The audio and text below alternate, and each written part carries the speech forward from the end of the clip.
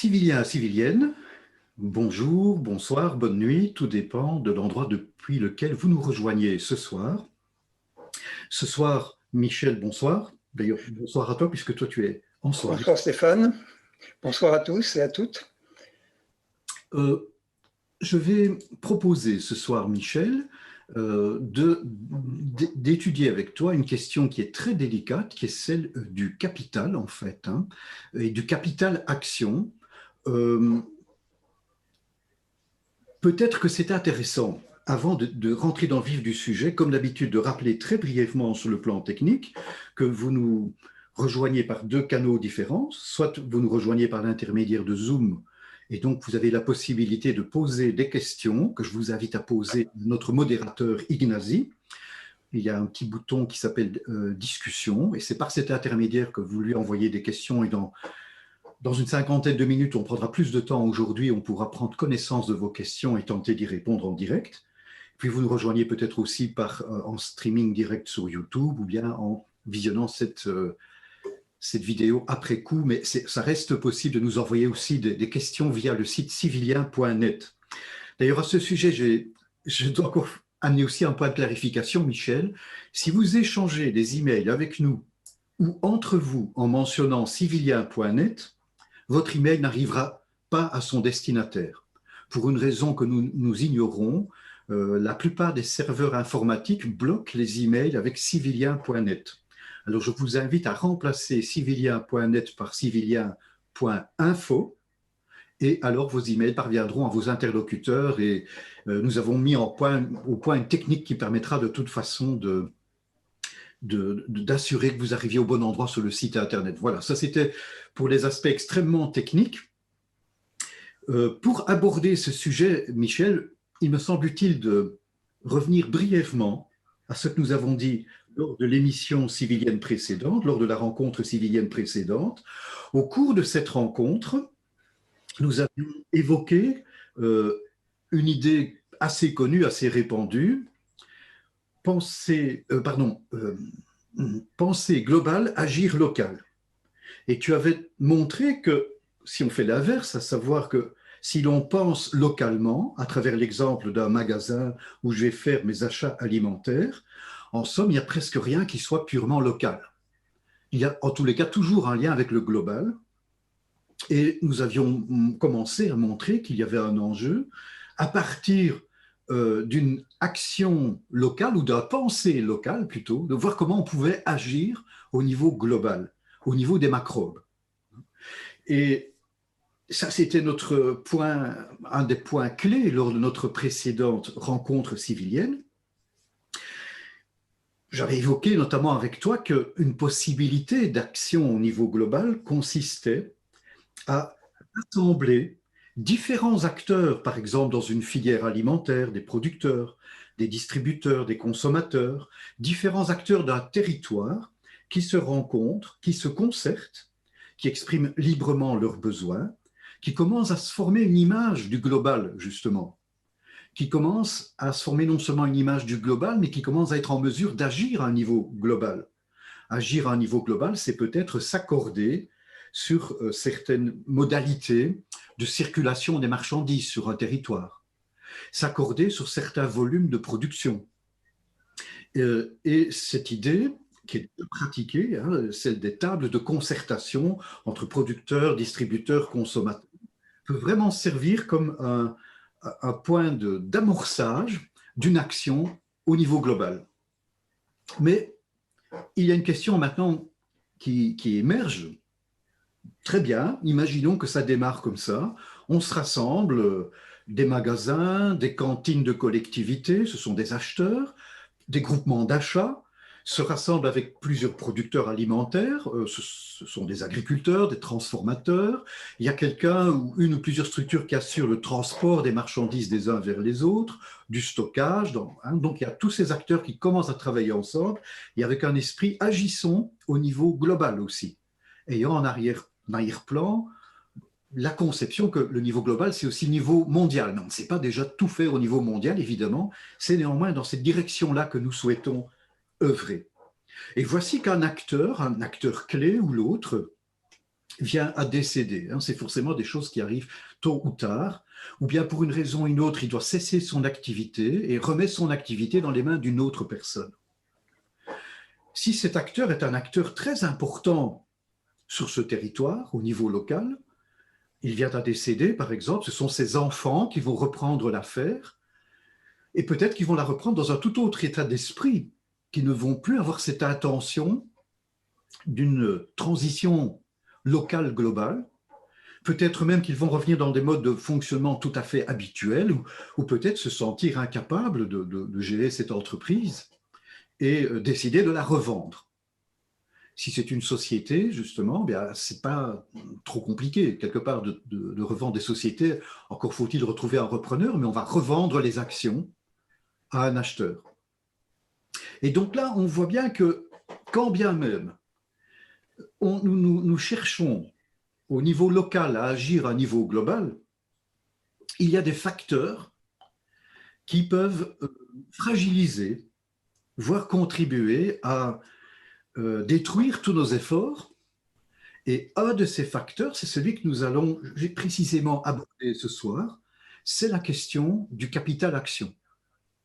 Et j'aimerais peut-être préciser ceci, pour revenir aussi à un élément que tu nous as déjà montré, Michel, lors de précédentes émissions. Tu as déjà évoqué l'existence de ces macrobes que sont le capital action, le travail, la monnaie, le foncier immobilier, qui n'appartiennent pas directement à l'économie. Et je reviens là-dessus parce qu'aujourd'hui, on va commencer à se concentrer sur le capital action, mais avec cette conscience que nous avons affaire à une réalité qui est très vaste, très complexe. Et ce que j'aime beaucoup dans l'image aussi que tu nous as montré, on a 4 facteurs qui n'appartiennent pas vraiment à l'économie, avais-tu expliqué, qui viennent la polluer, la perturber. Mais on voit aussi un cercle. Et ce cercle est une espèce d'invitation, dirais-je, à faire le tour de ce qui pollue l'économie, mais aussi le tour de ce qui peut la rendre plus saine. Dès qu'on aborde un domaine, eh bien, on est aussi en rapport avec tous les autres domaines à la fois. Et ici, en quelques instants, en quelques minutes, en 1h30 en l'occurrence, on ne peut pas déjà aller tout à fait au fond des choses, ni faire le lien avec tous ces domaines qui sont complexes et vastes.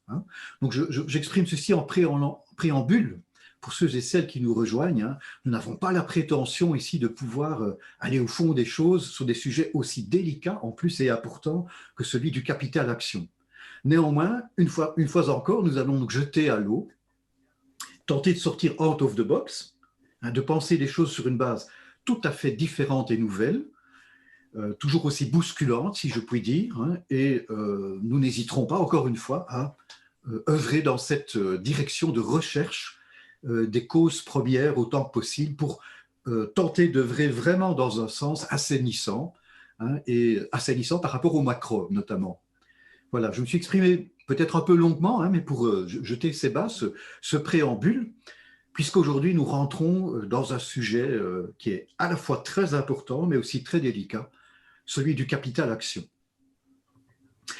Et peut-être justement, Michel, je reviens vers toi. Maintenant, peut-être que je te proposerais de voir un peu comment tu voudrais commencer à aborder ce sujet, cette thématique, cette problématique d'ailleurs. Oui, juste avant de le faire, je voudrais peut-être apporter une petite précision dans ce que tu as dit quand tu as montré la croix de l'économie. On l'a bien sûr bien développé les fois précédentes, mais pour des personnes qui nous rejoindraient aujourd'hui simplement, elles verraient le travail qui devrait être sorti de l'économie. Il faut bien comprendre que c'est le travail en tant que marchandise. C'est le fait de vendre sa force de travail, comme on dit, et non plus vendre le produit de son travail. C'est la même chose pour les 3 autres facteurs. Il s'agit bien sûr du moment où ces facteurs-là deviennent marchandises. Ils sont dans l'économie dès l'instant où ils deviennent marchandises. Et là, nous avons 4 facteurs de maladie et on peut ramener au fond tous les problèmes économiques à ces 4 facteurs et à leurs sous-facteurs. Voilà, je voulais juste préciser ça pour que ce soit bien clair que sinon quelqu'un pourrait tomber de sa chaise en disant mais comment il trouve que le travail, ça ne fait pas partie de l'économie en tant que marchandise. Et bien sûr, le travail a une valeur, et on aura l'occasion, j'espère, d'en parler, a une valeur considérable pour l'individu et pour la société. Le problème, c'est qu'il puisse trouver sa vraie place. C'est le problème auquel on est confronté. Voilà, alors maintenant, comment aborder le capital? Bien sûr, il y aurait plusieurs portes d'entrée. Hein, et je crois que nous allons ce soir prendre la porte d'entrée qui est de même nature que les autres portes qu'on a prises pour traiter les autres sujets, c'est-à-dire regarder les phénomènes de l'économie réelle. Et non pas, parce qu'on pourrait bien sûr faire une discussion philosophique sur le capital, une discussion sur la justice sociale, comment établir la justice sociale, etc. Et on s'aperçoit que depuis combien 2 siècles hein, que cette question est débattue, fortement depuis 1 siècle et demi, hein, nous nous apercevons que nous n'avançons pas réellement et qu'aujourd'hui, bien, face aux expériences qui ont été faites dans les pays de l'Est et un petit peu ailleurs aussi, le capital maintenant apparaît comme triomphant, ou plutôt le capitalisme apparaît comme la seule possibilité, au fond, de développer une bonne économie qui a des bons chiffres. Alors bien sûr, il y aurait beaucoup à dire là-dessus, et il existe plein d'ouvrages qui traitent de ces questions, mais là nous allons prendre une approche phénoménologique, on pourrait dire, hein, c'est-à-dire regarder vraiment des phénomènes économiques et les suivre pas à pas pour voir qu'est-ce qui se passe vraiment avec le capital. Et pour cela, nous allons entrer dans quelque chose qui pourrait éventuellement faire peur à certains, mais rassurez-vous, on va faire toutes les étapes ensemble, de façon à ce que ce soit, je pense, suffisamment compréhensible pour voir où est le problème du capital lorsqu'on regarde la comptabilité d'une entreprise. Alors donc, nous allons imaginer une entreprise qui démarrerait sous l'impulsion de un ou plusieurs entrepreneurs hein, et qui chercherait des fonds pour pouvoir mener à bien l'entreprise qu'ils ont prévue. Et pour ça, ces entrepreneurs vont démarcher. Hein, donc là, on va voir plusieurs diapositives, hein, comme elles apparaissent à l'écran. Hein, on va regarder comment est comptabilisé le capital détenu par les actionnaires. Alors justement, on va voir que les entrepreneurs, ils vont aller à la recherche de personnes qui pourraient entrer au capital, comme on dit, hein, et ils vont leur présenter leur projet et leur plan financier.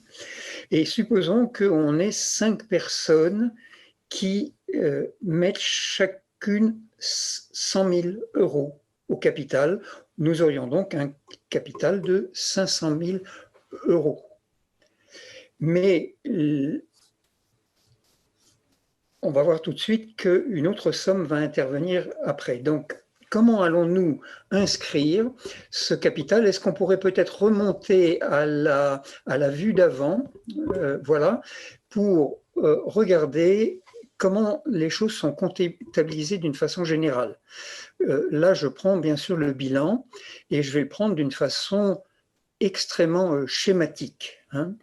Alors, pour ceux qui ont fait de la comptabilité, bien sûr, ils verront qu'il y a des choses qui manqueront, comme par exemple le total du bilan n'apparaîtrait pas, mais le total du bilan n'est pas réellement, si on regarde la chose de près, un signe, quelque chose de significatif.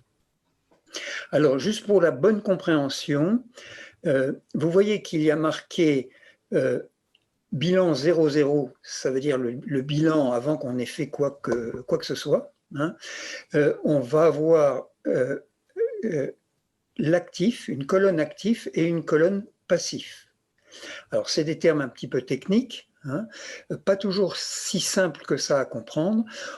Dans une première approche, on va dire qu'au passif, nous verrons les chiffres qui disent d'où vient l'argent qui circule dans l'entreprise. Et à l'actif, nous aurons la façon dont est utilisé cet argent sous forme d'achat, etc., comme on va le voir justement, quand on va le voir tout de suite avec les diapositives suivantes. Hein. Donc, dans la diapositive suivante en page 4 qui va apparaître, j'espère, à l'écran, voilà, on va inscrire au passif la mise de fonds, on va dire, des 5 personnes qui vont devenir actionnaires. Elles ont mis chacune 100 000, 5 personnes, ça fait donc 500 000 qui est inscrit sous forme de capital. Alors, une petite précision aussi pour ceux qui connaissent la comptabilité en France. Hein. La France a une particularité, c'est qu'elle, en comptabilité, elle met les choses un peu à l'envers de ce qui se fait dans la plupart des autres pays. Et le capital est mis, alors je ne sais pas en Belgique, je voulais te poser la question, Stéphane, tu pourras peut-être compléter, mais le capital en France est inscrit tout en haut du passif, en première ligne. Hein.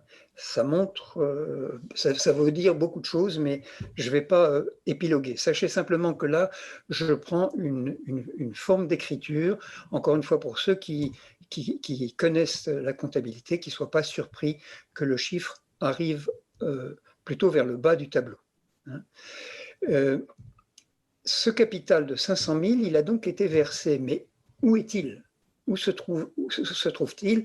Il y a eu des virements, 5 virements de 100 000 euros chacun, hein, et qui arrivent bien sûr sur le compte en banque de l'entreprise qui se constitue. Et donc on voit apparaître ça à l'actif. Pour l'instant, cet argent n'est pas encore utilisé, il est dans le compte en banque, mais il est prêt à être utilisé. Voilà la première opération qui va être comptabilisée dans l'entreprise. Et vous voyez bien à droite d'où vient l'argent. Il vient des investisseurs que l'on va appeler les actionnaires. Chacun a 100 000 euros d'actions. Hein, et cet argent-là, il est pour l'instant déposé à la banque. Mais voilà qu'en fait, les entrepreneurs ne voulaient pas 500 000 d'après leur plan d'affaires, tout ce qu'ils ont prévu, ils voulaient en réalité 600 000. Et ils ont trouvé quelqu'un qui leur prêtait 100 000. Alors, on va l'inscrire là aussi dans le passif sous la forme de prêt 100 000. Alors, je précise tout de suite que pour l'exercice que nous faisons, ces 100 000 sont supposés être remboursés en 5 annuités, de 20 000 chacune. On verra tout à l'heure comment ça va apparaître, le premier remboursement. Bien sûr, vous l'aurez compris de vous-même, on a un déséquilibre, on a 600 à droite et on a 500 à gauche à l'actif. Parce que bien sûr, ces 100 000 qui ont été versés, ils arrivent sur le compte en banque et on va les voir apparaître dans la diapositive suivante. En réalité, les logiciels comptables, ils font ça en une seule fois. Là, c'est pour un petit peu décomposer les actes pour que vous puissiez bien les suivre pour ceux qui ne connaissent pas, que vous puissiez voir comment ça se passe. Et donc, on a 600 000 qui sont composés de 500 d'apport en capital et de 100 sous forme de prêt. Maintenant, que va-t-il se passer? Les entrepreneurs ont ce qu'il faut pour pouvoir démarrer. Et la première chose qu'ils font, puisqu'ils sont actifs dans le secteur secondaire, c'est-à-dire qu'ils vont transformer des produits et ils vont acheter des machines. Donc, on va voir apparaître, on va comptabiliser l'achat des machines. Et là, on le met dans cette forme, comme je l'ai dit tout à l'heure, qui n'est pas la forme française, on le met tout en bas du bilan. Et vous voyez qu'il y avait 600 000 à l'actif, à la banque, 230 000 ont été utilisés pour les machines, donc le compte en banque a bien sûr été diminué de 230 000 et au total, on a toujours 600 000. Maintenant, ils vont acheter d'autres choses, on va aller un petit peu plus vite peut-être. Ils vont acheter du mobilier et on va comptabiliser ce mobilier, 45 000, et vous avez une diminution d'autant du compte en banque qui est à 325 maintenant. On va aussi acheter du matériel et notamment du matériel informatique, et on en a pour 28 000, ce qui diminue l'argent qui est sur le compte en banque. On est à 297 000 là. Vous voyez qu'à droite, le passif n'a toujours pas bougé. Ça, c'est important. Il faudra bien qu'on se penche sur cette question après. Pour l'instant, je le précise aussi, nos entrepreneurs n'ont pas commencé encore à produire et donc ils n'ont rien vendu. On est encore dans la phase préparatoire qui peut aller assez vite parce que peut-être qu'ils avaient déjà prévu quelles machines ils achetaient, quel matériel informatique ils achetaient, etc. Et ça peut aller relativement vite, ça peut être fait en l'espace de disons, 2-3 semaines, ces choses-là peuvent être faites. On va continuer avec l'achat de matières premières, bien sûr indispensables pour pouvoir produire. On en a pour 110 000 car il prévoit qu'ils auront des besoins importants en matières premières dès le démarrage. Nous nous trouvons donc avec maintenant, en gros, on va dire tout ce qu'il faut pour pouvoir démarrer. Bien sûr, il faut penser que peut-être il y a du personnel qui va être engagé également, mais cela ne va pas apparaître directement au bilan, ça apparaît dans un autre compte que l'on peut appeler, selon la forme de comptabilité qu'on a, le compte d'exploitation ou le compte de pertes et profits. Pour l'instant, on est prêt à démarrer et on va tout de suite maintenant passer à la fin, on fait un saut, on passe à la fin de la première année. Alors le bilan était en année 0 et on a eu 8 situations intermédiaires, donc on a le bilan 0,8. Maintenant, on va voir le bilan 1.0, qui est un bilan de fin d'exercice. Et là, on voit apparaître de nouveaux chiffres. Vous voyez par exemple apparaître un compte client, 23 000. Cela veut dire qu'il y a des clients qui ont peut-être été livrés, mettons que l'exercice se clôture au mois de décembre, peut-être qu'ils ont été livrés courant décembre et ils payent, mettons, un mois, ils ont un délai de 30 jours. Donc, il y a pour l'instant 23 000 qui est de l'argent qui devrait rentrer dans l'entreprise courant janvier. Et symétriquement, vous avez les fournisseurs qui sont au passif et à qui on doit 31 000, ça peut être divers fournisseurs, et qui seront aussi payés à 30 jours, c'est-à-dire courant janvier. Regardons aussi les chiffres des matières premières, du matériel informatique, du mobilier et des machines. Les chiffres ont bougé. Si on revient juste sur la diapositive précédente, on peut voir rapidement, on avait 110 000 en matière première, ben on a utilisé, on n'a plus que 56 000. Hein. On avait 28 000 en matériel informatique, on a 22 400. Hein. On a utilisé des matières premières et le matériel informatique, on l'a utilisé, et le petit matériel aussi. Hein. Et donc, on se retrouve avec, au lieu de 28 000, on se retrouve avec 22 400, ce qui correspond à un amortissement. Hein. C'est-à-dire qu'on compte qu'on a, comment dire, utilisé 1/5. On fait un amortissement, mettons, sur 5 ans, et on a utilisé 1/5 du matériel sur le premier exercice. Pareil avec le mobilier, hein, qui passe alors à 36 000, hein, au lieu de 45 000. Et pareil avec les machines, qui étaient à 230 et qui passent à 184 000. Donc on compte l'usure, en fait, l'utilisation de ce qui a été acheté. Comme ça, on a quelque chose qui est un peu plus proche de la réalité, quoique il y aurait à faire une petite visite de détail sur ces questions-là, mais ce n'est pas pour aujourd'hui, je crois. Regardons au passif, que nous avons le prêt qui était de 100 000 et qui maintenant est passé à 80 000. Vous vous souvenez qu'on avait dit qu'il remboursait sur 5 ans, hein, et donc 20 000 par an. Donc à la fin du premier exercice, il a remboursé 20 000. Le chiffre est donc de 80 000. Regardez bien que le capital n'a pas bougé.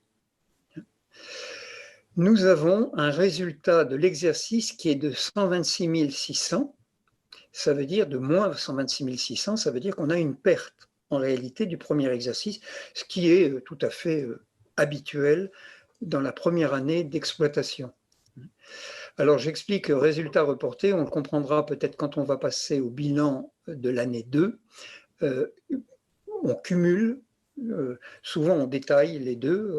Dans une première présentation du bilan, on voit d'abord le résultat cumulé des années précédentes, hein, qu'on appelle résultat reporté, et puis en dessous, on voit le résultat de l'exercice en cours. Là, dans un but de simplification, j'ai mis tout ensemble, et comme c'est la première année, on a perdu 126 600. Passons maintenant à l'année 2. Bien sûr, le chiffre d'affaires va se développer conformément aux prévisions des entrepreneurs, et tous les chiffres vont bouger. Je ne les passe pas tous en détail. Vous comprendrez qu'on a de nouveau 1/5 du matériel informatique qui a bougé, 1/5 du mobilier qui est venu en diminution, etc.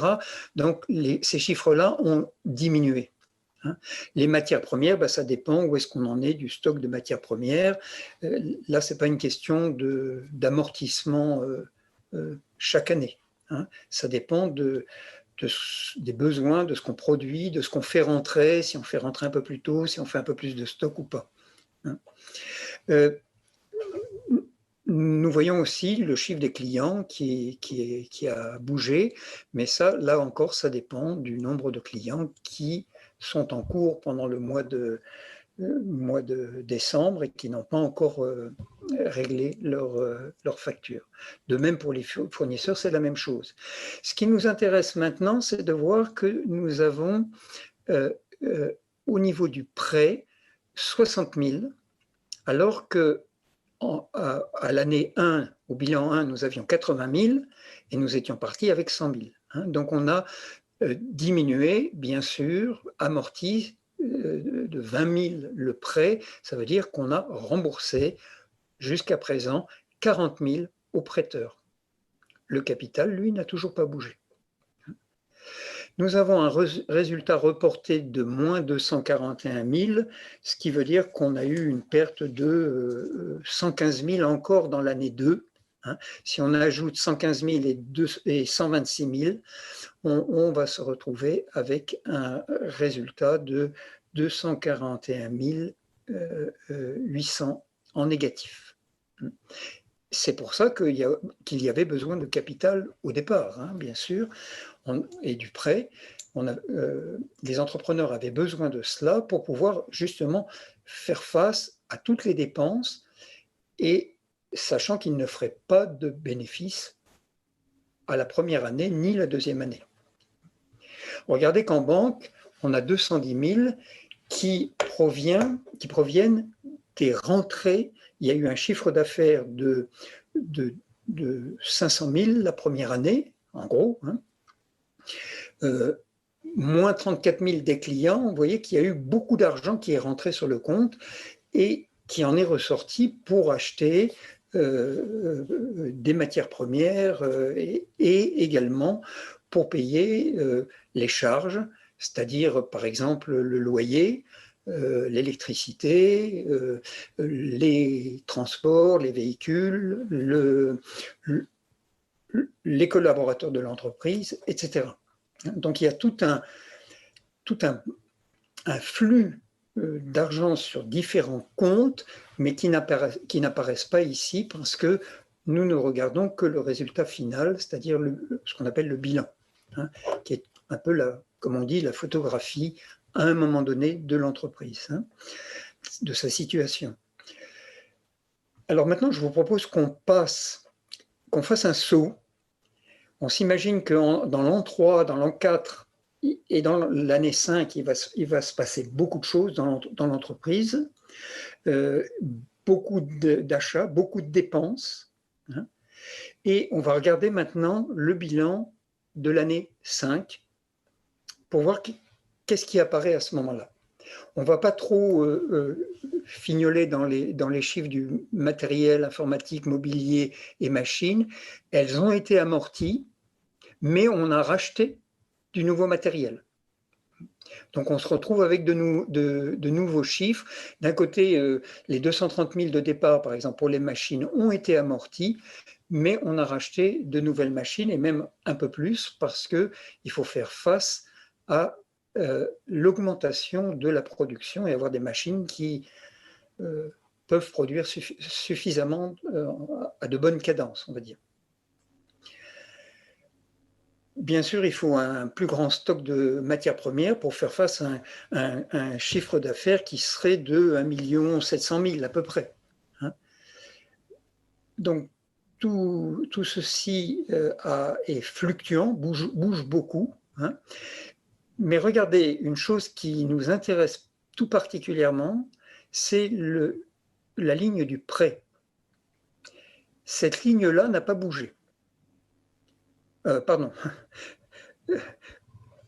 Cette ligne-là a bougé, bien sûr, hein, et elle est à zéro maintenant. Ça veut dire que le prêt a été entièrement remboursé. Mais que se passe-t-il pour le capital? Il n'a toujours pas bougé. Il est à 500 000. L'entreprise fonctionne bien. Elle procède par autofinancement, elle a les moyens d'acheter des machines. On n'a même pas pris, dans ce cas-là, des machines en leasing, vous voyez, hein, et on est en autofinancement complet. Le résultat reporté est à 208 200. Avec ce résultat-là, c'est-à-dire que maintenant on est en positif. On l'était déjà en 4e année et on l'était un tout petit peu en 3e année. Mais les entrepreneurs ont été prudents, ils n'ont pas distribué ce résultat aux actionnaires. Ils en ont conservé une partie qui devrait apparaître sous forme de réserve. Je n'ai pas traité cet aspect-là dans ce bilan-là. Il y a bien sûr des impôts qui sont payés, hein. Mais maintenant, cette année, ils vont distribuer aux actionnaires, qui n'attendent que ça, bien sûr, une partie du résultat. Alors, cette partie-là, ils vont l'estimer à 100 000. Ils vont, et ça va être décidé en assemblée générale, si c'est une société anonyme par exemple, et ils vont verser 100 000 sur les 208 000 qui figurent au bilan. Hein. Ils vont distribuer 100 000, il restera 108 200 pour payer les impôts et également constituer les réserves, et le reste servira éventuellement pour financer d'autres achats. 100 000, ça veut dire que chaque actionnaire va recevoir 20 000, donc 1/5 de son apport. Si nous allions plus loin, nous aurions de nouveau des tableaux pour l'an 6, l'an 7, l'an 8, etc. Si on suit la même progression de l'entreprise en la ralentissant un petit peu, après ces premières années où il y a forcément une croissance assez rapide, après, il se peut qu'on ait une croissance un petit peu plus ralentie, mais une croissance quand même qui nous amènera par exemple à un chiffre d'affaires en l'an 10 de 360 millions. Donc un chiffre d'affaires assez... pardon, un chiffre d'affaires, j'ai mal lu la ligne, de 5 millions, hein, avec un résultat de 360 000. Hein. On aurait donc 5 millions de chiffre d'affaires, 360 000 de résultats, hein, de résultats distribuables. Hein. Ils vont distribuer à ce moment-là 360 000 aux actionnaires. Au total, si on additionne ce qui aurait été distribué en l'an 5, 6, 7, 8, 9, 10, dans le modèle que je propose ce soir, on aurait environ 1 400 000 qui auraient été distribués aux actionnaires, c'est-à-dire que les actionnaires non seulement auraient été remboursés des 500 000, mais ils auraient en plus reçu 900 000, c'est-à-dire près de ils auraient remboursé leur mise de départ et gagné presque deux fois leur mise. C'est donc conséquent. Je précise tout de suite que ça n'a rien, les chiffres n'ont rien d'extraordinaire comme ça, et ils expliquent pourquoi les actions montent en bourse.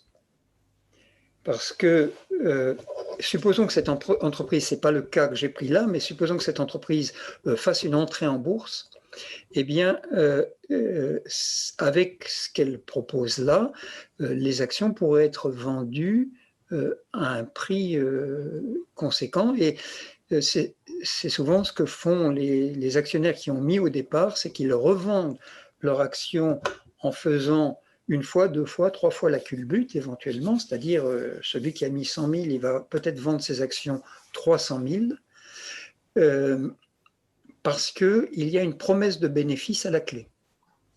Et c'est sur la base de la promesse de bénéfice que se vendent les actions, soit à la hausse, soit à la baisse, si la promesse de bénéfice n'est pas suffisante, hein, ou si on craint de faire une perte même.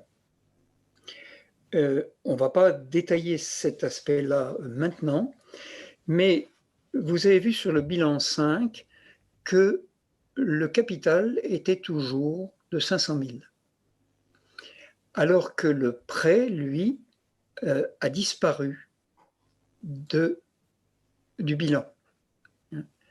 Donc le capital de 500 000, on peut peut-être le revoir maintenant à l'écran.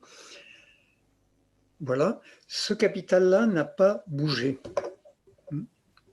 Les actionnaires, en l'an 10, ils verront toujours sur le bilan 500 000. Tous les autres chiffres auront bougé, mais au niveau du capital, ils auront toujours inscrit 500 000, avec ces 500 000-là, ils possèdent la totalité de l'entreprise avec ces 500 000 qu'ils ont mis, alors que l'entreprise a un chiffre d'affaires assez conséquent et dégage un résultat tout à fait honorable, sur lequel les actionnaires se sont remboursés de leur mise de départ. Ils ont été remboursés, mais il y a toujours les 500 000 qui figurent au capital et qui leur donnent un droit éternel sur la vie de l'entreprise. Et qui, comme le signalait tout à l'heure Stéphane dans son introduction, ces 500 000 peuvent être revendus aux héritiers. Enfin, pas revendus, mais peuvent être plutôt transmis aux héritiers.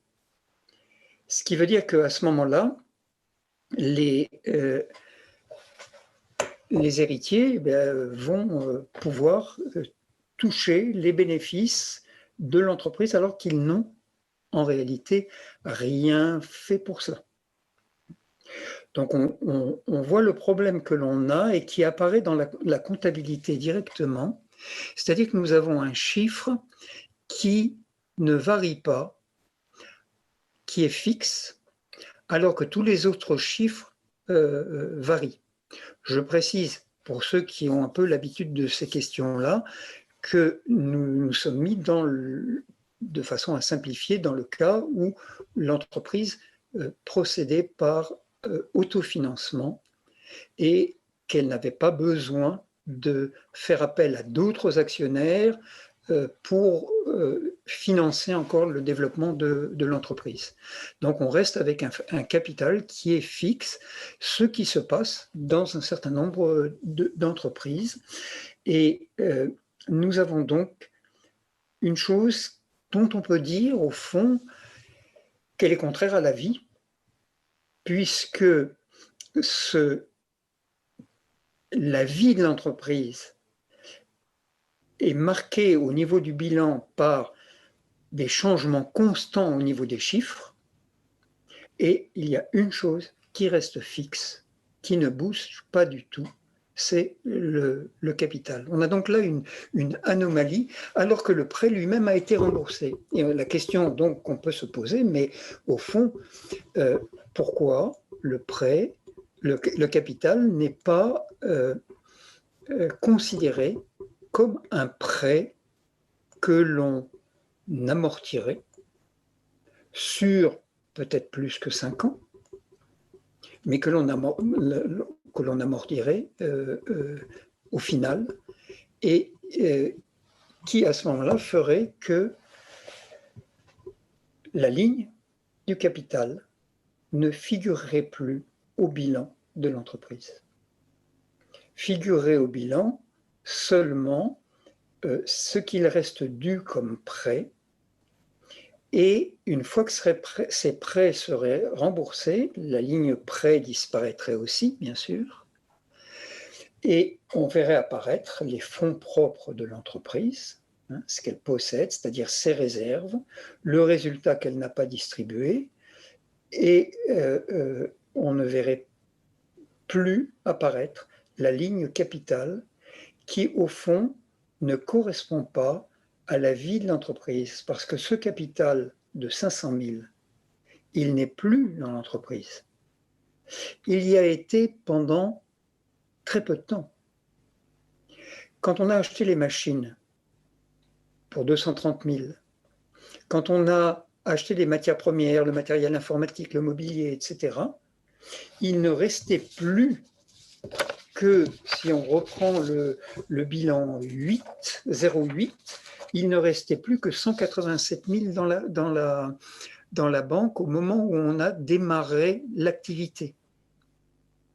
Et ensuite, si on regarde maintenant le bilan 1, on a à la banque 163 000, mais ce n'est plus les 163 000 du capital, parce que on a acheté de nouvelles matières premières, on a rémunéré les collaborateurs, on a payé le loyer, etc. Donc, les 500 000 et les 100 000 du prêt qui étaient là initialement, donc les 600 000, où sont-ils? Ils ne sont plus dans l'entreprise. Ils y sont restés très peu de temps et ils se trouvent actuellement, eh bien, au fond, dans le reste de l'économie. C'est-à-dire qu'ils sont dans les autres entreprises qui ont fourni du matériel, qui ont fourni des machines, etc. Et ils se trouvent également dans les entreprises auxquelles les collaborateurs ont acheté des choses. Donc cet argent, il faut le voir comme circulant, ces 600 000 de départ, et sortant assez rapidement de l'entreprise pour aller dans le reste de l'économie. Donc le fait de garder ces 500 000 au bilan, on a là quelque chose qui ne correspond absolument plus à la vie de l'entreprise. On voit bien la différence si on regarde par exemple le bilan E2, voilà le bilan 2, on voit bien la différence. Le prêt a été remboursé, donc on a pris de l'argent du compte banque pour rembourser une première fois 20 000, puis une deuxième fois 20 000, ça fait 40 000, et il reste 60 000. En l'an 5, ces 60 000 auront disparu, mais les 500 000, eux, sont restés fixes. Ça veut dire que, en réalité, on devrait rembourser ce qu'on appelle le capital, et qui devrait être un prêt. On devrait rembourser ce prêt comme le prêt numéro 1, le prêt de 100 000 initial, et à la fin, ces chiffres disparaîtraient, puisqu'ils ne sont plus du tout dans l'entreprise, ils sont dans le reste de l'économie. Donc voilà un peu une première présentation, une première approche du problème du capital, où on voit qu'on se trouve face à quelque chose qui est étranger à un processus de vie, avec cette ligne du capital qui reste là figée, et elle peut rester là pendant 20 ans, 30 ans, 40 ans, 50 ans. Et on a avec ça des actionnaires qui, eux, peuvent changer, ils peuvent avoir cédé leur part à quelqu'un d'autre, ou bien transmis à des héritiers. Mais ces actionnaires-là ont un droit éternel, tant que l'entreprise vit. Ils ont un droit sur les bénéfices de l'entreprise et ils ont également un droit décisionnel qui est extrêmement important, et comme on a pu le voir dans de nombreuses entreprises, comment des décisions sont prises et peuvent aller à l'encontre même des buts initiaux des fondateurs, comme tu l'as mentionné par exemple Stéphane dans ton introduction. En supprimant cette ligne de capital, s'il n'y a plus qu'une seule possibilité pour le financement des entreprises, ou une seule possibilité principale, c'est leur prêter de l'argent, parmi les conséquences, mais les plus importantes, si on fonctionnait de cette façon-là, on ne pourrait pas rétribuer, entre guillemets, éternellement les détenteurs de capitaux. Il y aurait un remboursement de capital qui se ferait comme pour tout type de prêt. Et puis à un moment donné, c'est terminé, il n'y a plus de flux vers les détenteurs. Peut-être est-il nécessaire de faire du réemprunt, s'il faut faire de nouveaux investissements, beaucoup plus considérables qu'auparavant, mais alors on reste à nouveau uniquement dans le concept et dans la pratique du prêt, et pas dans des apports de capitaux. Tout à fait.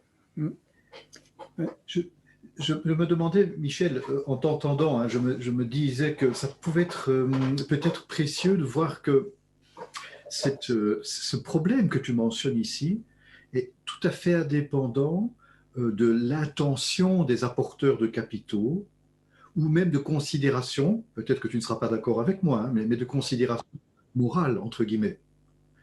Donc, d'ailleurs, il y a des entreprises, certes, où les apporteurs de capitaux cherchent avant tout à maximiser le plus possible les revenus liés aux capitaux. Mais à l'autre extrême, il y a aussi des personnes qui font des apports dans des entreprises par idéal.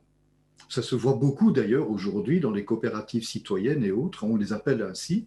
Les personnes font un apport non pas parce qu'elles escomptent obtenir un revenu, mais parce qu'elles veulent soutenir un certain développement qui a une valeur sociale ou sociétale et qui leur tient à cœur.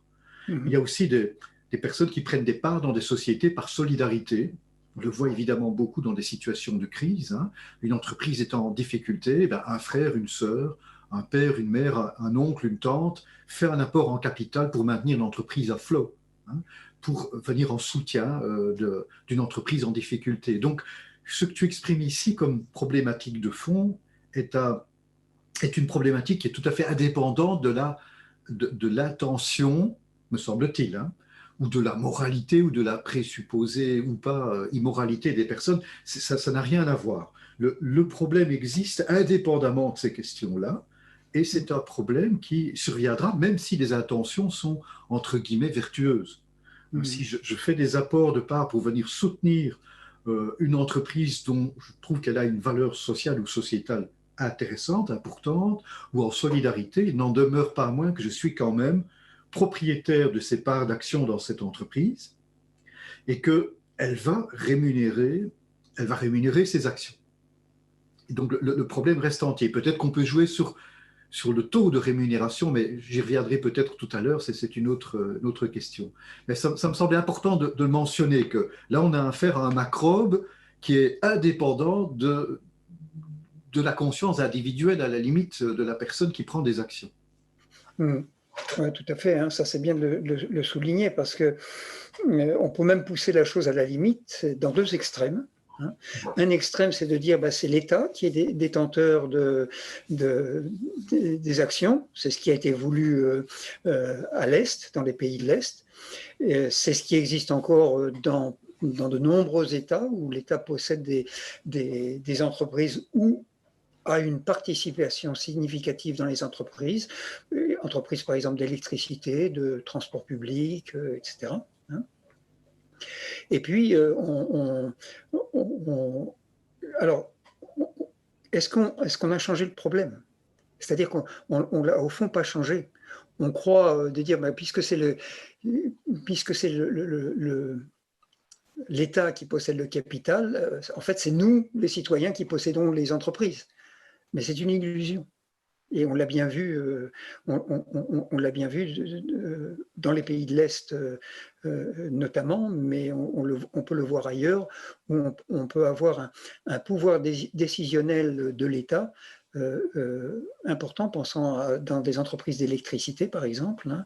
Je n'en citerai aucune, hein, mais nous pouvons très bien voir que là, il peut y avoir des enjeux des influences et des enjeux politiques qui viennent interférer dans la marche de l'entreprise parce qu'on a un actionnaire qui, de l'extérieur de l'entreprise, peut agir.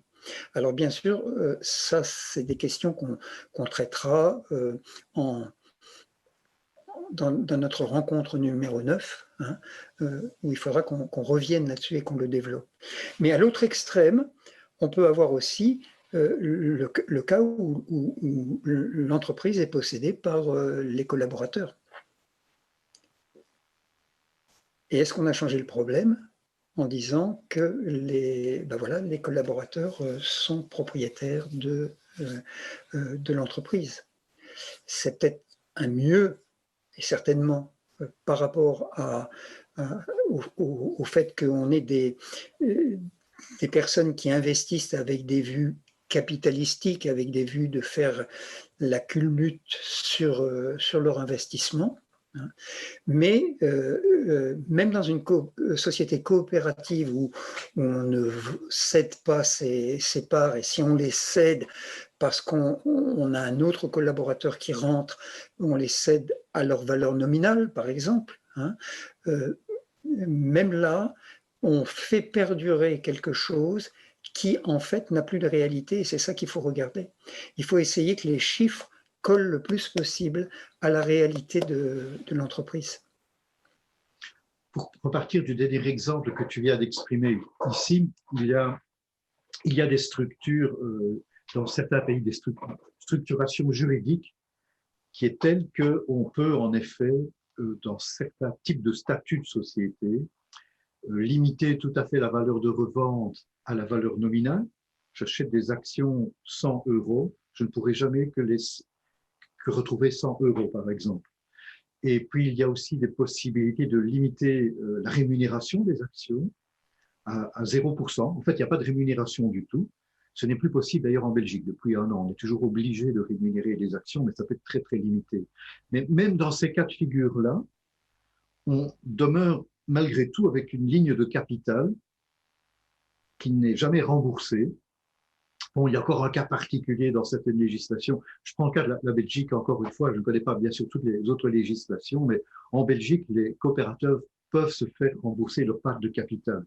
Donc, on pourrait réduire le capital de manière très souple sans repasser devant le notaire pour modification, disons plus structurelle du capital de l'entreprise.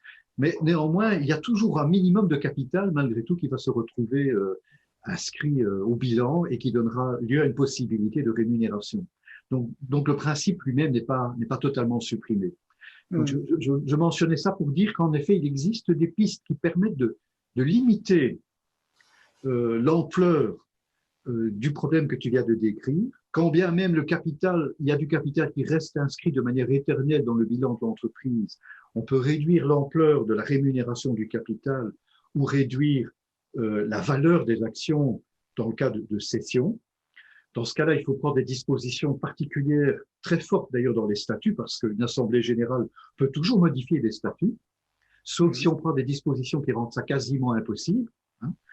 Mais même dans ce cas-là, le principe n'est pas tout à fait résolu, c'est-à-dire qu'il y a toujours quand même des détenteurs d'actions qui sont les détenteurs en dernier ressort du pouvoir, d'une part, et qui pourront se faire rémunérer, entre guillemets, de manière éternelle. Oui. Et on laisse inscrit au bilan un chiffre qui ne signifie rien du tout. Et c'est, je crois, ça qu'il faut voir, quel sens ça a, même si on réduit le capital au strict minimum, à la fin, quel sens ça a de garder ce chiffre-là, parce que toute forme agit, c'est-à-dire que si on inscrit une ligne de capital, ben ça, à un moment donné, ça peut agir, comme tu l'as dit, et il peut y avoir à un moment donné les actionnaires en assemblée générale qui modifient les statuts et qui inversent le cours des choses. Je vais essayer de me placer, Michel, à un point de vue d'un détenteur de capital. Admettons que je sois un détenteur de capital. Tu avais déjà mentionné une situation un peu analogue quand tu avais parlé de la situation des agriculteurs et de leur lien avec leur patrimoine foncier, par exemple. On peut donc imaginer que je suis indépendant, administrateur délégué d'une société. J'ai travaillé pendant toute ma vie pour développer cette société. Ma pension sera relativement limitée, voire très limitée. Et donc, j'ai construit cette affaire en me disant, voilà, un jour, je vais pouvoir continuer à me rémunérer, en fait, grâce aux dividendes, à la rente qui est liée aux actions que je possède dans cette société. Donc, ce que je veux dire par là, c'est qu'il existe, et de manière tout à fait légitime, chez les êtres humains, un besoin de sécurité, à tout âge d'ailleurs, mais en particulier lorsque nous devenons plus âgés, lorsque nous ne pouvons plus nous appuyer sur une activité économique productive. Et donc, ce genre de montage existe notamment dans ce but-là. Et en t'entendant, je me dis, mais dans ce cas, si on supprime la ligne capitale, on va supprimer aussi les rémunérations des personnes qui ont construit leur projet de vie sur cette base-là. Et donc, je reviens à quelque chose que tu as déjà dit lors d'autres émissions, Sylviane, il faut aussi aborder cette problématique-là. On ne pourra pas le faire ce soir, bien sûr, mais comment est-ce qu'on peut assurer une sécurité de revenus pour ces personnes-là, un besoin qui est tout à fait légitime, mais d'une autre façon que par une rémunération sans fin, je dirais bien, liée à la possession d'actions. Et la même question peut se poser pour nombre de fondations, par exemple, ou d'associations sans but lucratif, on les appelle associations loi 1901 en France, ou d'autres structures qui peuvent être parfois des structures caritatives, par exemple, qui vont financer des actions dans le domaine de l'éducation, dans le domaine de la santé, des projets qui requièrent plutôt des donations ou une contribution sans contrepartie. Et leur action est permise parce que ces fondations, ces associations sans but lucratif, elle est permise financièrement, je veux dire, hein, elles font des placements dans des sociétés. Alors, elles peuvent être, elles aussi, très, très diverses. C'est très complexe. Hein. On peut voir certaines avec lesquelles nous nous sentirions peut-être plus en affinité sur le plan de l'idéal. Aucune d'entre elles n'est neutre. Hein. Chacun poursuit toujours des buts bien précis avec une certaine philosophie. En Belgique, on connaît la Fondation Roi-Baudouin, par exemple. Enfin, c'est plus complexe. Il y a des tas de fondations. On peut aussi citer la Fondation Melinda et Bill Gates, hein, qui est aussi financée essentiellement grâce à des placements. C'est encore un autre cas de figure. Mais comment est-ce qu'on peut, alors, c'est une question aussi que nous ne pourrons sans doute pas résoudre ce soir, hein, je ne fais qu'amener encore ces questions, si on supprime cette ligne capitale, guide du financement des actions que j'appellerais sous forme d'argent de contribution, c'est un terme que tu utilises, hein, dans le domaine de la santé, de l'éducation, etc., qui est pris en charge par ces structures, et d'ailleurs par l'État lui-même. L'État lui-même se finance, hein, en partie, en tous les cas, certes grâce à l'impôt, mais tu l'as mentionné tout à l'heure, en faisant des placements aussi dans des sociétés, et d'ailleurs, lui est aussi un actionnaire qui va faire pression pour maximiser ses rendements. Donc, on voit que dès qu'on commence à toucher à cet aspect-là, très très vite, on touche à des questions délicates et vastes qui requièrent une solution spécifique, je dirais. Oui, alors là, je crois qu'avec ces deux aspects que tu as mentionnés, d'un côté la personne qui veut assurer sa retraite, d'une certaine façon, et de l'autre côté les placements de fondations et d'institutions à but désintéressé. Hein. Dans ces deux cas, moi je dirais, ce qu'il faut, c'est regarder, mais où est la vraie nature de la question et où est la véritable nature du problème. C'est que nous avons regardé le capital pour lui-même. Notre examen au travers de la comptabilité a montré qu'il n'y avait pas de justification à ce que le chiffre du capital figure au bilan. C'est-à-dire qu'il faut une autre forme de financement de l'entreprise, au fond, hein, sous la forme du prêt. Ça, on l'a vu, ça se dégage, on va dire, objectivement de l'analyse de la comptabilité. Maintenant, comment peut-on dégager objectivement le problème de celui qui veut assurer ses vieux jours, comme on dit, hein. Le problème est un problème de rémunération, au fond. Comment est-ce qu'on est conçue la rémunération, et donc la rémunération de la personne lorsqu'elle ne travaille plus, ce qu'on appelle la retraite. Comment est-ce que cela est conçu dans une économie en bonne santé? C'est cela qu'il faudrait regarder. Et donc, ça adresse la quatrième branche de la croix de l'économie, celle du travail et de la rémunération. Il faudrait bien sûr qu'on traite ça une fois dans une rencontre, ou plusieurs rencontres même, dédiées à ce thème. Hein. Et la question du financement des fondations et des sociétés à but non lucratif, et tout ce qui a à faire avec, qui est réglé aujourd'hui souvent par la philanthropie, hein, je pense que là, on voit justement ou peut conduire, et il faudrait y consacrer pas mal de temps là-dessus, ou peut conduire le problème du capital quand il conduit, quand il provoque le fait que des personnes ont pu amasser tellement d'argent, de fonds, qu'ils peuvent créer une fondation et à partir de là, court-circuiter ce qui serait une autre circulation de la monnaie que j'appelle la monnaie de contribution.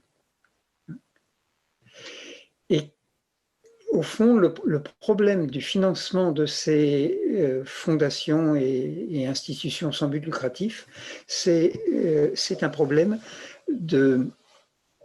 qui est lié à la question à qui appartiennent les bénéfices de l'entreprise, que l'on va traiter la prochaine fois, hein, et qui est lié à une des 3 circulations monétaires dont on n'a encore pas parlé, hein, qui est la 3e circulation monétaire que j'appelle la monnaie de contribution et dont fait partie l'impôt notamment, hein, puisqu'on parle de contribution directe, contribution indirecte avec les taxes et les impôts, hein.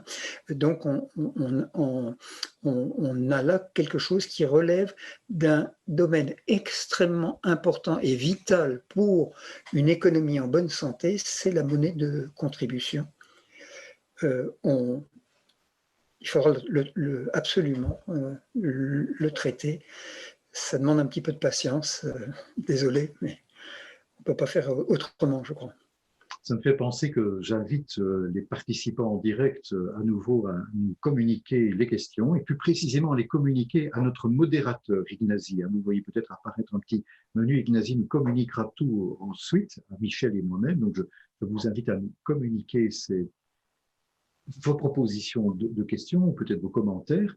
On voit bien qu'il y a des enjeux liés entre guillemets au pouvoir lorsqu'il y a d'être exprimé, hein, puisque ces fondations, ces ASBL ou ces détenteurs de capitaux, bien sûr, d'abord il y a des enjeux de pouvoir direct parce qu'ils ont des pouvoirs au sein de l'Assemblée générale. Et ça, nous allons commencer à l'examiner lors de la 9e rencontre civilienne, quand nous allons aborder les questions de gouvernance. Mais ils ont également un pouvoir économique, parce que celui ou celle qui peut se mettre en position d'avoir une rémunération relativement importante grâce à des actions, même si c'est une fondation ou une ASBL, a aussi un pouvoir d'orienter à lui seul ou à elle seule une partie de l'argent de contribution s'il fait des dons ou des donations. Donc il y a des questions qui touchent à l'équité et qui finalement à prendre des décisions par rapport à l'affectation des bénéfices. Ce que nous examinerons lors de la 8e rencontre civilienne, nous commencerons plutôt à le faire. Néanmoins, Michel, je fais l'avocat peut-être des actionnaires, hein, c'est bien normal, Michel. Alors, tu n'es pas l'avocat du diable, tu es l'avocat des actionnaires, on a bien compris. Hein. D'autant plus que parmi les actionnaires, il y a aussi ce qu'on appelle les business angels, et donc ils sont certainement du bon côté d'office, hein, vu leur dénomination. Mais si je me place justement du côté des business angels, hein, ce sont des personnes qui font des apports qui sont parfois tout à fait cruciaux dans les entreprises, des apports de capitaux. Certaines d'entre eux font également un apport de compétences. Ça dépend des situations. Et évidemment, il y a une part de risque, surtout quand on crée une entreprise, en particulier à ce moment-là, mais pas seulement. Et une question qui est sous-jacente, c'est, oui, d'accord, vous ne voulez plus rémunérer le capital, ça va prendre la forme de prêt, hein, uniquement, admettons, mais quitte quand même de la rémunération du risque. Même si ça prend que la forme d'un prêt, mais ça serait vrai si on maintenait encore pendant un certain temps la forme du capital. Enfin, là, évidemment, je mélange deux choses, parce que dans le cas du capital, il y a quand même le risque de tout perdre. Et c'est pareil pour le cas du prêt aussi. Si je fais un apport sous forme de prêt à une entreprise, surtout quand elle est débutante, tu l'as mentionné tout à l'heure, en année 1, 2, voire 3, elle est en perte. Parfois, la perte peut être tellement importante que l'entreprise disparaît. Comment est-ce qu'on fait pour reconstituer ce capital si tout est perdu, même quand il a pris la forme d'un prêt? Et donc, très légitimement, certaines peuvent dire, oui, mais moi je veux bien, mais je viens déjà en soutien pour le développement d'une entreprise. contrairement peut-être à d'autres, et moi je suis pénalisé, je risque de tout perdre dans cette affaire-là. Voilà une question aussi qui surgit, qui émerge forcément et qui requiert, tu l'as dit tout à l'heure, aussi d'aller au fond des choses et de trouver des solutions spécifiques. Mais en préparant précisément cette réunion, tu as mentionné une piste. Est-ce que éventuellement je pourrais te proposer de, si pas de la développer, mais au moins la mentionner pour qu'on puisse se représenter quelle forme ça pourrait prendre le cas échéant. Oui, c'est toujours en examinant les choses elles-mêmes qu'on peut, je crois, trouver des réponses, pas forcément une seule, mais des réponses aux questions qui vont se poser. Forcément, on aura beaucoup d'objections face à ce qui a été dit aujourd'hui et même dans les rencontres passées. Hein. Mais chaque fois, je crois que, enfin moi, c'est la méthode que j'applique. Je me dis, oui, mais en fait, quelle est la question derrière? Quelle est l'origine du problème, hein? Quelle est la cause des causes des causes? Et si on applique ça alors à cette situation là, par exemple, le risque, oui, il y a un risque, bien sûr. Hein. Créer une entreprise, c'est un risque. Hein. Est-ce qu'on rémunère le risque ou est-ce qu'on regarde comment on peut faire en sorte qu'il y ait une certaine mutualisation du risque? Parce que rémunérer le risque, c'est une expression que j'aime pas beaucoup. Hein. Si quelqu'un a besoin de rémunération, c'est une question de rémunération et une question de travail. Hein.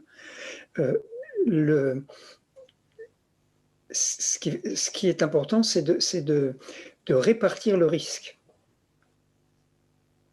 Et ça, c'est une chose qu'on sait très bien faire au niveau de la société. On a quantité de mutualisations qui ont été faites dans les risques. C'est ce que l'on appelle l'assurance. L'assurance est une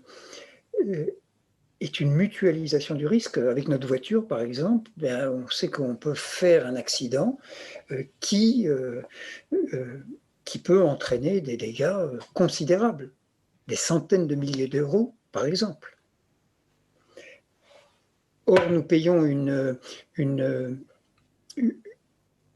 police d'assurance, peut-être, mettons, 300 € pour l'année. Donc, il peut y avoir une disproportion très forte entre ce que nous payons et la cotisation, en fait, hein, et le risque lui-même. Et ça, c'est vraiment la mutualisation par la technique des assurances. Et l'on sait qu'on peut appliquer une technique d'assurance dès l'instant où il y a plus de cas bénéficiaires que de cas déficitaires. Autrement dit, par exemple, avec les entreprises, si on a ce qui est la moyenne de 7 entreprises, 7 start-up, comme on dit en bon français, 7 start-up qui démarrent, sur 10 start-up qui démarrent, il y en a 7 qui sont viables en moyenne et 3 qui vont faire faillite. Donc là je parle au niveau des chiffres. Le nombre d'entreprises qui vont faire faillite peut varier, ou le nombre d'entreprises viables, mais au niveau du rendement général, de la possibilité, donc dans notre cas, de rembourser les prêts, on va être dans un rapport de 7 à 3. Donc on va être bénéficiaire. Ça veut dire que on peut appliquer une technique d'assurance qui pourrait être faite à différents niveaux, mais par exemple qui pourrait être faite au niveau des organismes de financement. Ce que dans mon livre « Dépolluer l'économie », j'appelle les instituts de financement, et qui serait un nouveau type d'organisation bancaire et qui aurait la forme d'un service public. puisqu'au fond, le service public, c'est quelque chose de nature de service public que de permettre à des entreprises de se développer. L'économie en a besoin. Hein? Il est peut-être à faire remarquer, d'ailleurs, Michel, que dans une certaine mesure, ça se fait déjà. Et je ne dis pas que il s'agit certes encore de perfectionner les choses, dans un sens, entre guillemets, plus civilien, si on peut dire, hein, davantage dans le sens d'un service public. Si je prends le cas du secteur de l'immobilier, dans le domaine de l'immobilier, ce sont des domaines où les risques sont très importants les premières années. S'il s'agit de construire un immeuble à appartement, par exemple, avant la mise en service de l'immeuble, il peut y avoir des tas d'incidents au niveau du chantier. Et donc, il y a des banques, et forcément, les banques consentent quand même à réaliser des prêts qui sont pas déjà couverts par la garantie que peut constituer le bâtiment achevé, puisqu'il ne l'est pas pendant cette période-là. Et les banques souscrivent, ça dépend des situations, et même des assurances, qui permettent de couvrir le prêt qu'elles effectuent.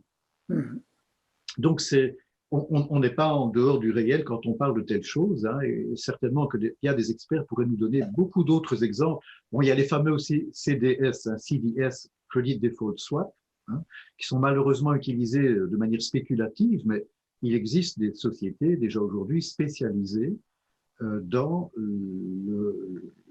sont des assurances en fait portant sur des crédits, hein, qui sont malheureusement utilisés de manière spéculative. Mais bon, ça c'est un autre problème, je dirais encore. Hein. Et c'est bon de mentionner aussi que par rapport à la suppression de la ligne de capital, il existe déjà des pays où il existe des véhicules juridiques qui permettent tout à fait de réaliser ça.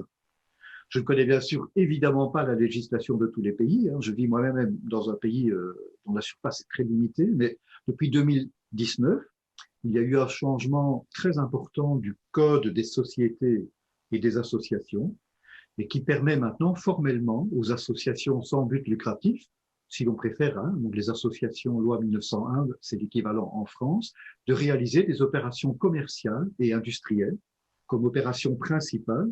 Et en effet, il n'y a pas de capital à proprement parler. On parle d'un fonds social. Donc, ce que tu as décrit tout à l'heure dans le bilan se trouve forcément inscrit tel quel dans le bilan de ces structures.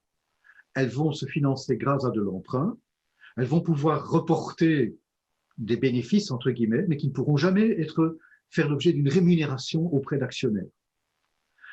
Donc, on n'est pas dans de l'irréalité. Hein. Ce genre de véhicule juridique existe déjà, peut être activé. La difficulté étant alors de trouver des capitaux s'il y a un besoin de financement important. S'il faut emprunter auprès de banques, par exemple, ou de personnes privées, ceux-ci et celles-là vont souhaiter obtenir une certaine sécurité, une certaine garantie. On a évoqué le cas d'assurance tout à l'heure, mais il y a toute une législation qui prévoit, par exemple, que si une banque prête de l'argent à un client qui est une association sans but lucratif ou une société, eh bien, il y a une limitation dans le capital qu'elle peut prêter en fonction des garanties que peut amener le client. Et bien ça nous plonge encore dans une autre problématique, c'est celle du financement justement des sociétés, de la vie économique, de la vie culturelle, etc. Enfin, pas de la vie culturelle, mais des sources de financement. Je mentionne ça simplement pour dire que là, à nouveau, nous touchons à des problèmes de fond qu'on ne fait qu'effleurer aujourd'hui et que nous sommes conscients que toutes ces questions-là se posent. À nouveau, il va falloir regarder cette complexité dans sa totalité.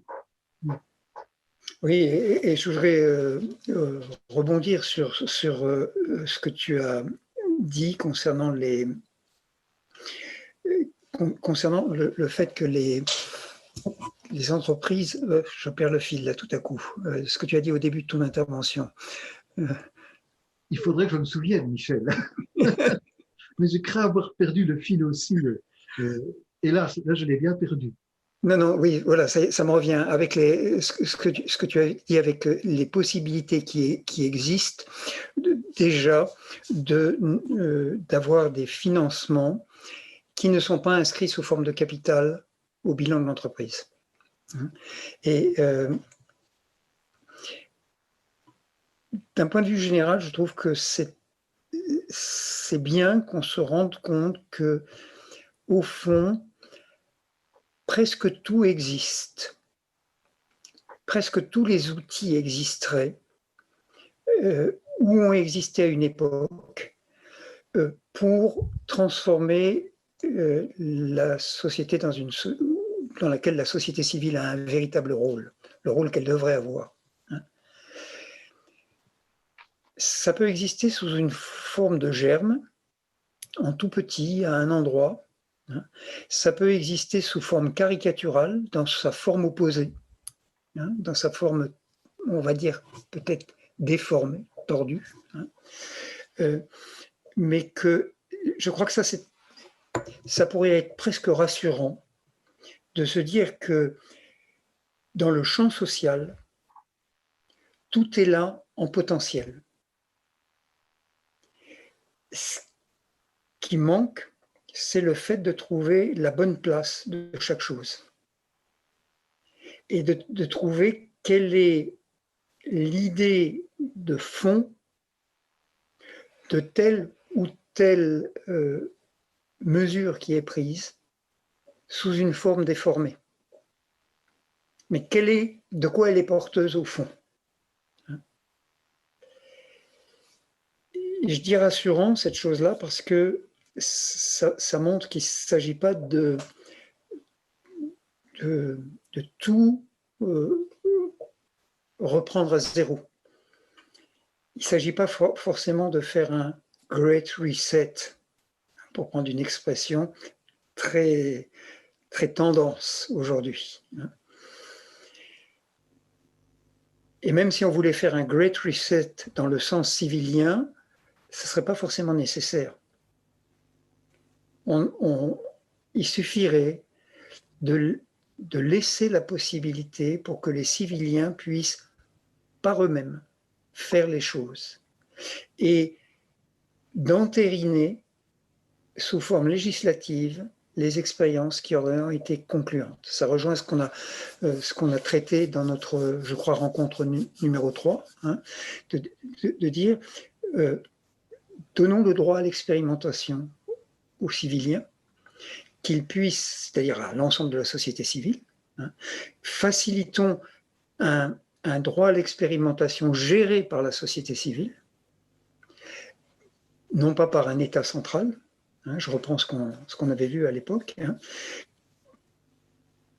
et à ce moment-là, les acteurs, les civiliens vont faire eux-mêmes les choses et ils utiliseront peu à peu des outils déjà existants comme ceux que tu as mentionnés. Et à un moment donné, on créera peut-être une nouvelle forme de société quand l'expérience aura été suffisamment concluante. On créera de nouveaux statuts, une nouvelle législation pour les sociétés qu'on n'appellera plus société anonyme, qui est un nom quand même très très bizarre si on y réfléchit. Et on créera on entérinera les expériences concluantes qui auront existé par une loi qui sera un amendement voté sous une forme ou sous une autre, on ne va pas détailler ça aujourd'hui, mais on aura à ce moment-là une législation qui rendra faisable pour qui le veut dans le pays l'expérience qui aura été faite, ça sera maintenant généralisé au niveau du pays entier. Donc, je crois que c'est important justement de rappeler que nous nous inscrivons dans une démarche évolutive. Et évolutive et expérimentale. Et qu'il faut simplement donner le droit à l'expérimentation là où on peut buter sur certains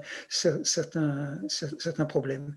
Et nous verrons à ce moment-là que nous trouverons, par exemple, si on donnait le droit de créer des entreprises avec pour l'instant un statut de société anonyme parce qu'on ne peut pas faire autrement, ou de SARL, mettons, mais qu'on ait la possibilité de faire qu'il n'y ait plus la ligne capitale, mais seulement la ligne prêt, ou plusieurs lignes prêt.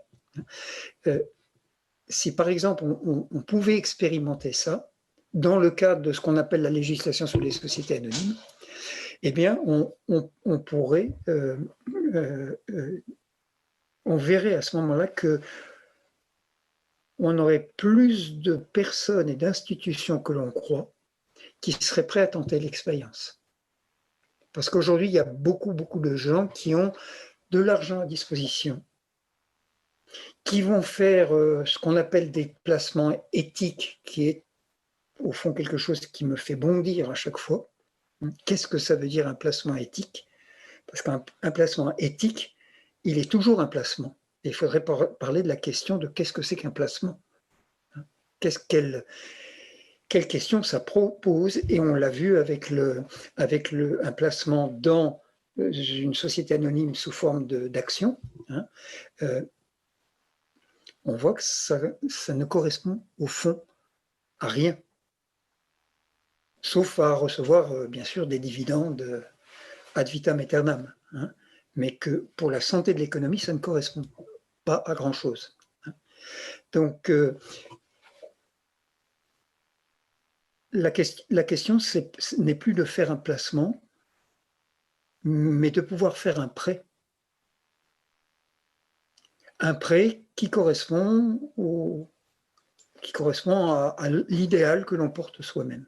Et pour avoir vu déjà plusieurs situations de gens qui se sont mobilisés et quelquefois très rapidement pour une entreprise qui voulait se créer, comment on trouverait plus de personnes qu'on ne pense qui sont prêts à prêter telle ou telle somme pour qu'une entreprise puisse démarrer. Le moment va être venu, Michel, d'examiner des questions qui nous sont parvenues. Je mentionne encore un enjeu qui montre combien ces questions sont complexes. Avec les pistes qui ont été envisagées aujourd'hui, on a vu qu'on peut supprimer cette ligne de capital du bilan des sociétés, éviter un maintien éternel du capital et une rémunération éternelle du capital. On peut ainsi éviter d'affecter sans cesse des bénéfices pour la rémunération du capital. Toutefois, même dans le cas de prêts consentis par des personnes, qu'il s'agisse de personnes physiques, ou ça peut être des entreprises, ça peut être des fondations, peu importe, ces personnes peuvent, elles, néanmoins encore demeurer propriétaires, entre guillemets, de manière éternelle d'un capital. C'est une question qu'on n'a pas à examiner aujourd'hui, mais on sait qu'elle existe. Donc si je possède par exemple 10 millions de dollars ou d'euros, ce sont des sommes tellement importantes que même avec des taux d'intérêt relativement faibles, mes besoins sont couverts. Et je vais pouvoir prêter et reprêter cet argent et finalement, ce capital va être maintenu, voire grossir malgré l'inflation. Donc, nous avons abordé les choses aujourd'hui en portant notre regard sur le capital action et pas sur le capital d'une manière générale, qui est aussi une question qu'il s'agit d'aborder sous l'angle de son caractère éternel, qui peut être problématique, ou qui peut être transmis sous d'anciennes conceptions à nos héritiers. Je veux dire les conceptions de l'ancien régime, des conceptions qui ont existé pendant des millénaires au sein de l'humanité, qui étaient établies sur base des lois du sang principalement. Et ça, c'est ça. Voilà, nous n'avons pas pu aborder cette question-là aujourd'hui. Je faisais juste mention du fait que il y a là encore à creuser. Est-ce que j'aborde, Michel, il nous reste peu de temps, mais est-ce que nous prenons connaissance de quelques-unes des questions qui nous ont été posées? Tout à fait, oui. Eh bien, il y en a quand même quelques-unes là que j'ai reçues. Ignacy ne les a pas reçues parce qu'elles m'ont été transmises en direct. Donc voilà, Ignacy, tu vas les découvrir sans doute en même temps que moi. Ignacy est notre modérateur. En principe, c'est à Ignacy qu'on envoie les questions. Si le capital de départ de 500 000 investi par les 5 actionnaires demeure leur propriété et que cette propriété est transmise à leurs enfants, que transmettons réellement, sinon l'argent en propre détenu par les actionnaires initiaux? Mhm. Je lis la question telle quelle. Hein. Donc, Oui, j'essaie. oui, oui, oui, je l'ai bien comprise, hein. Euh, Est-ce qu'on regarde les autres questions aussi ou On peut bien? passer à quelques autres questions, plusieurs autres questions. Pourquoi le capital ne varie-t-il pas? Est-ce seulement une norme comptable? Quels sont les blocages qui empêchent ces variations? Dans le courant de la discussion, une intervention avait été communiquée. Cependant, si une banque me consent un prêt initial de 500 000 euros, il faut le remettre et ensuite la propriété des moyens de production demeure au sein de l'entreprise. Cependant, ce qui me semble peu convenable, c'est de dégager des profits extrêmes et de pouvoir même revendre les moyens de production. Où est l'erreur? Mhm. Je comprends là qu'en effet, OK. Alors, montrez-nous comment le capital de départ s'épuise à zéro malgré mon investissement comme actionnaire. Tu peux redire parce que je note en même temps, hein. Oui. Montrez-nous comment le capital de départ s'épuise à zéro malgré mon investissement comme actionnaire. Oui, euh, d'accord. Ouais. Transformer l'ampleur du système actuel va peut-être requérir son total écroulement. La compréhension d'un système ou d'une comptabilité n'est jamais parvenue à rendre le monde plus sain ou meilleur. Qu'en pensez-vous? La compréhension de... C'est ça, la compréhension d'un système ou d'une comptabilité n'est jamais parvenue à rendre le monde plus sain ou meilleur. Qu'en pensez-vous? Mhm. OK. Il y en a encore d'autres qui suivent, hein, Michel, mais on risque de dépasser un peu notre temps de. Oui, oui, oui, oui, oui. On l'a déjà dépassé là, hein. On l'a dépassé, voilà. Ouais. Nous ne sommes pas arrivés à nous maintenir dans le timing prévu Ouais. initialement. Oui. Est-ce qu'on essaye quand même de faire un petit tour sur les questions? On pourrait aussi en garder pour la prochaine fois peut-être.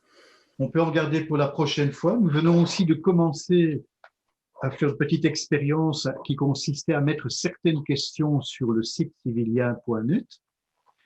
Dans la section blog, hein, il y a des questions qui nous ont été posées par email et donc on commence maintenant à y répondre, hein, dans la mesure de notre disponibilité. Peut-être, on verra, hein, Michel, peut-être qu'on peut en tous les cas au moins formuler ces questions-là, même si les réponses ne parviennent pas déjà tout de suite, mais on pourra reprendre certaines de ces questions et les. C'est une bonne idée parce qu'on pourrait y répondre aussi sur le blog, Oui. notamment les questions auxquelles on n'aura pas répondu ce soir. Oui, tout à fait. Ouais. Et on pourrait peut-être un jour imaginer faire une séance où on porte notre regard sur certaines questions uniquement, pas sur une thématique, mais sur des questions. Tout à fait, oui, ça serait bien. Ouais. Oui. Alors, je voudrais prendre la première question où la personne disait, si j'ai bien compris, hein, tu regardes bien la question en même temps, tu me corriges, hein, mais quand il est dit que le fait de transmettre à des héritiers des actions, c'est en fait d'une certaine façon leur transmettre l'argent de départ. En réalité, non. On transmet un titre de propriété, c'est tout ce qu'on transmet, sur les bénéfices futurs. C'est-à-dire que si, mettons que l'entreprise, à partir le jour du décès, supposons un cas très théorique, les 5 actionnaires décèdent le même jour, hein, et ils transmettent ça à leurs héritiers. Et il y a un contexte économique tout à fait inattendu, catastrophe climatique, sanitaire ou je ne sais quoi, qui fait que l'entreprise fait faillite. Eh bien, les héritiers, ils auront reçu rien du tout. Hein. Ils auront, sauf si l'entreprise possédait beaucoup de bâtiments et que les bâtiments valent encore quelque chose et que ils peuvent se rémunérer là-dessus. Mais dans bien des cas,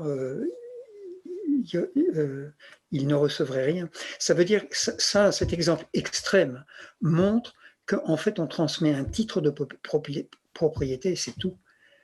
Et pourquoi est-ce qu'on possède ce titre de propriété? Pourquoi est-ce qu'on le transmet aux héritiers? C'est-à-dire que quand on voit à quel point le capital investi peut être rémunérateur, on se dit c'est très cher payé que de conserver ce droit de propriété sur l'entreprise. C'est-à-dire que la société paye très très cher pour ça. On y reviendra peut-être la prochaine fois là-dessus. D'ailleurs, dans la formulation de la question, hein, que je n'étais pas certain de comprendre au début, il me semble que j'en comprends mieux quelque chose, hein, je la répète. La transmission des actions au bénéfice des enfants de la famille d'un actionnaire revient à leur faire un don des moyens de production, point d'interrogation. On pourrait comprendre la question de la façon suivante. La transmission des actions au bénéfice des enfants de la famille d'un actionnaire ne revient-elle pas, en fin de compte, à leur faire un don? Point d'interrogation. Où est le problème? C'est une donation, non? Oui. Donc, tu vois, on peut aussi le formuler de cette façon-là, quoi. Oui, oui, bien sûr. Et ça peut se faire sous forme de donation avant le décès. Avant le décès. Ça ne change pas le problème. Ça ne change pas le problème du capital lui-même et de la propriété des moyens de production. Parce qu'il faut bien regarder. Non, je ne vais pas me lancer là-dedans. Je m'arrête parce qu'il y a encore les autres questions. Ouais. D'accord. Oui, oui, c'est. On va s'arrêter pour ce soir. Enfin, je veux dire, on va encore examiner une autre question, mais voilà, on ne peut pas aller plus loin encore pour l'instant. Donc, si le capital de départ de 500 000 investi par les 5 actionnaires demeure leur propriété et que cette propriété est transmise à leurs enfants, que transmettons sinon l'argent en propre détenu par les actionnaires initiaux? Là, on vient d'en parler. Oui, c'est cette question-là qu'on vient de traiter. Oui, oui, c'est ça, oui, je me suis trompé c'est malin. Oui, oui. Pourquoi le capital ne varie-t-il pas? Oui. Mais le capital, pour varier, il faudrait qu'il y ait soit une diminution, soit une augmentation du capital. Si par exemple l'entreprise voulait développer à l'international en même temps plusieurs usines, parce qu'elle veut vendre dans d'autres pays, etc., eh bien,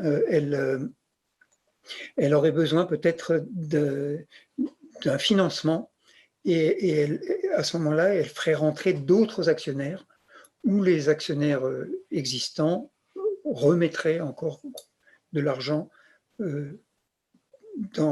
au capital. Donc, il faut qu'il y ait une raison pour que le capital varie. Il n'y a pas de raison. En sens inverse, le capital peut varier quelquefois si les pertes deviennent trop grandes, les pertes cumulées deviennent trop grandes. Alors on diminue le capital. Hein, mais ça, c'est encore une autre situation. Mais à situation constante, qui est le modèle qu'on a pris, il n'y a pas de raison que le capital varie parce qu'il n'y a aucun élément dans la vie de l'entreprise qui le dise. Parce que si, par exemple, on intégrait des bénéfices dans le capital, ça voudrait dire quoi? Ça voudrait dire que les actionnaires reversent leurs bénéfices. Ben, ça, c'est facile à faire en assemblée générale. On dit qu'on ne distribue pas le bénéfice et voilà. Donc voilà, je crois que la question, on peut déjà se contenter de ça, mais j'aimerais prendre la troisième question avec celle des profits extrêmes et la revente des outils de production. La question des profits extrêmes, on pourra la traiter un peu plus la prochaine fois. Hein. Mais qu'est-ce qui dirait qu'un profit est extrême? C'est-à-dire, est-ce que le profit est un problème lui-même? Et ça, on verra bien la prochaine fois que le problème, il n'est pas dans le profit. Et à la limite, si le profit était très très grand, qu'est-ce que ça voudrait dire? Qu'est-ce que devrait faire la société à ce moment-là? Ça veut dire, est-ce qu'elle devrait baisser, par exemple, le prix de vente des produits, hein, ou bien est-ce que cet argent peut être utilisé à bon escient, hein, et ça pose toute la question qu'on va traiter la prochaine fois de ce qu'on appelle, enfin, à qui appartiennent les bénéfices de l'entreprise, et ce qu'on appelle la monnaie de contribution. Oui, hein. Voilà. Et juste une chose, cette personne-là avait dit aussi, mais qu'est-ce que ça signifie de revendre les outils de production?